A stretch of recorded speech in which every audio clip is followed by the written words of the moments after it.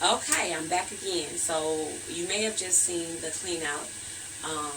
And so now I'm going to do the removal of the appliance.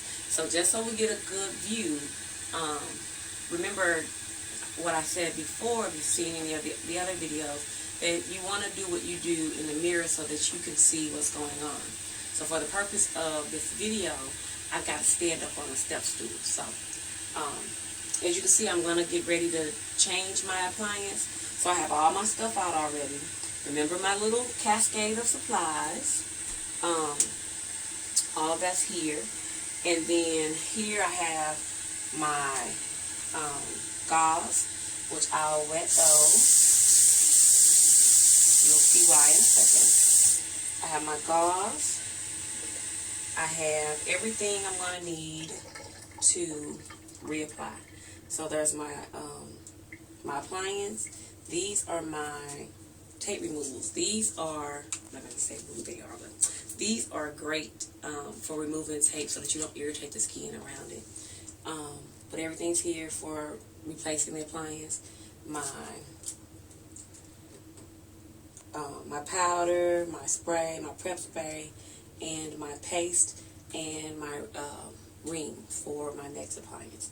So let's go ahead and get ready for removal. So I'm going to step up and I'm going to turn to my mirror. So for the removal, and of course you would be removing, you would be in the bathroom, you'd be nude. But that probably would be too much for the YouTube people. So the first thing you want to do is start with the adhesive remover.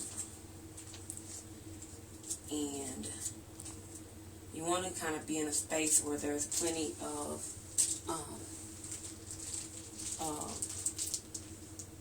what's this, shelf space. You see, I have a small bathroom, so I don't have that luxury.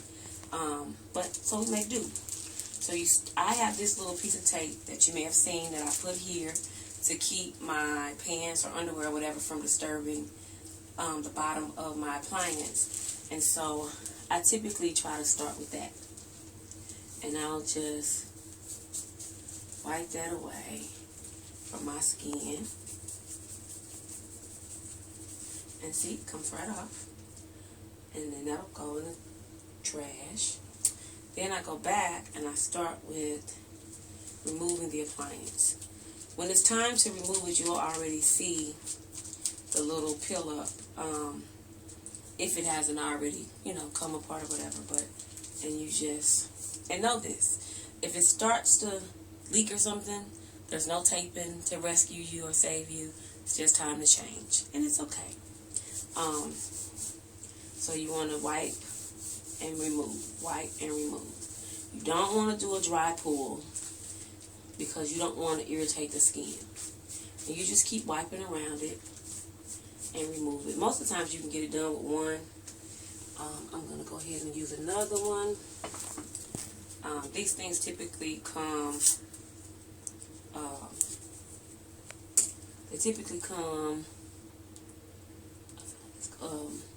50 in a box, whichever brand they are. So I'm going to go in the mirror again so I can see what I'm doing.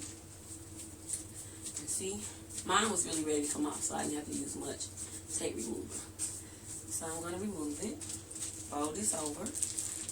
I usually put this in a plastic bag, tie it closed, and take it out to the dumpster. So we'll do that. So once you get that off, you want to wipe the tape. Get the tape off your skin as much as possible. And then you probably have a little feces there you need to wipe off. Remember, mine's pudding for the sake of our video. So get that off and wipe it. I typically use gauze, but you can use toilet paper, wet paper towel, whatever you want to use, whatever makes you feel happy. But I have gauze left from when I first came home from the hospital, so I typically use that. And plus the gauze has that little surface where it kind of give a little clean up, a little scrub up around there as I go. So I'll take that off.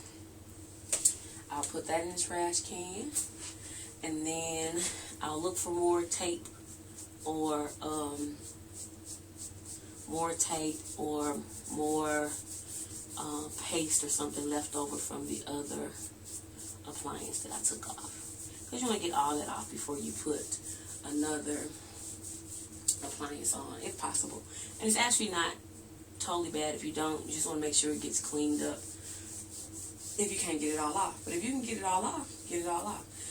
You probably can see there's a little redness. There is sometimes it's going to be a little bleeding, and that's okay, as long as it doesn't bleed profusely. So a little bleeding is okay. So we wiped all clean, and I'll give it a little air time. I'll take my trash away, or I'll just put my things that I'm going to throw away inside of here. Close it up.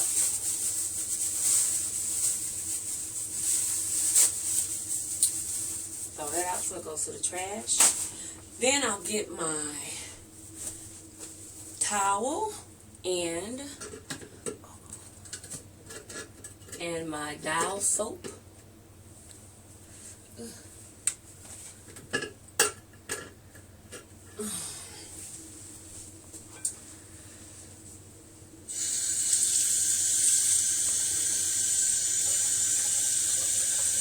And they recommend that you use the gold Dial soap, but I'm experimenting. I don't necessarily recommend that you experiment, but I'm experimenting because Dial just came out with a white Dial that's just like the gold Dial, so it shouldn't have any buildup or anything in it. That's why you have to use that Dial, the antibacterial, because it keeps the buildup down. So then I'll clean it. And so you could just scrub your belly just like you would if you were in the shower or wherever. Scrub-a-dub-dub. And I actually am going to take a shower, but I'm just doing this in the event, let's say I came home and I had to change. This is what I would do. Clean it up.